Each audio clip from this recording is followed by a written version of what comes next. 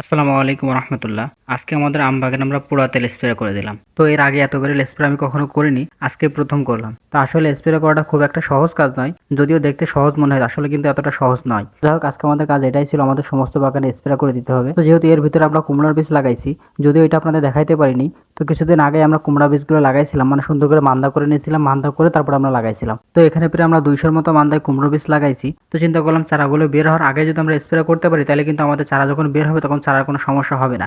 আর যদি চারা বের হওয়ার পর স্প্রে করি, তাহলে আমাদের চারাগুলো নষ্ট হয়ে যেতে পারে। এই জন্য আমরা আগে দিয়ে স্প্রে করার চেষ্টা করলাম। মূলত আমাদের টার্গেট ছিল এক কাজে আমরা দুইটা কাজ করব, আমাদের বাগানটাও পরিষ্কার করা হবে আর আমাদের কুমড়া চাষটাও হবে। তার কারণে সকালে আমাদের খামারের সমস্ত কাজ শেষ করি, শেষ করার পরে আমরা দুপুরের দিকে গেছিলাম।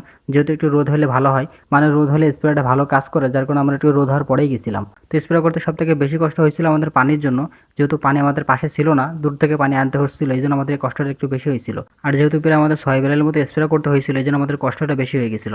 যদিও নানা পরবর্তীতে এসে আমাদের তো সাহায্য করছিল। তো আমাদের আম বাগানে এবছর প্রচুর পরিমাণে ফুল আসছে, মানে অন্য বছরের তুলনায় এই বছর দেখছি বেশি পরিমাণে আসছে। তো যাই হোক, সবকিছুর জন্য আলহামদুলিল্লাহ, মানে দেখে ভালো লাগতেছে, মানে এত পরিমাণে ফুল আসছে, আসলে দেখতেই ভালো লাগে। তো যাই হোক, আমরা চিন্তা ভাবনা করছিলাম আমাদের বাগানটা যেহেতু পড়ে থাকে, এর ভিতরে প্রচুর পরিমাণে ফাঁকা জায়গা আছে, এই জায়গাগুলো যদি আমরা ব্যবহার করে চাষবাস করতে পারি, তাহলে আমাদের জন্য একটু বেশি ভালো হয়। বিশেষ করে আমাদের বাগানটাও পরিষ্কার থাকবে আর এখানে আমাদের আসা যাওয়া হবে এবং আমাদের অন্যান্য চাষটাও করতে পারবো। তো এই জন্য চিন্তা করলাম এটা যদি আমরা করতে পারি, আমাদের একটু কষ্ট হলে এটা আমাদের জন্য ভালো হবে। তো যার কারণে আমরা স্প্রেটা করে দিয়েছিলাম। মাশাআল্লাহ, খুব দ্রুত আমাদের চারাগুলো বের হয়ে যাবে। ইনশাআল্লাহ পরবর্তীতে আপনাদের দেখানোর চেষ্টা করব। ইনশাআল্লাহ পরবর্তীতে আমরা কি জাতের বীজ লাগালাম এবং কেমন ফলন হয়েছে এটা পরবর্তীতে আপনাদের জানানোর চেষ্টা করব। তা যে পর্যন্ত সকল আমার জন্য দোয়া করবেন, আল্লাহ তাআলা যেন আমার কৃষিতে বারাকা দান করে। আসসালামু আলাইকুম।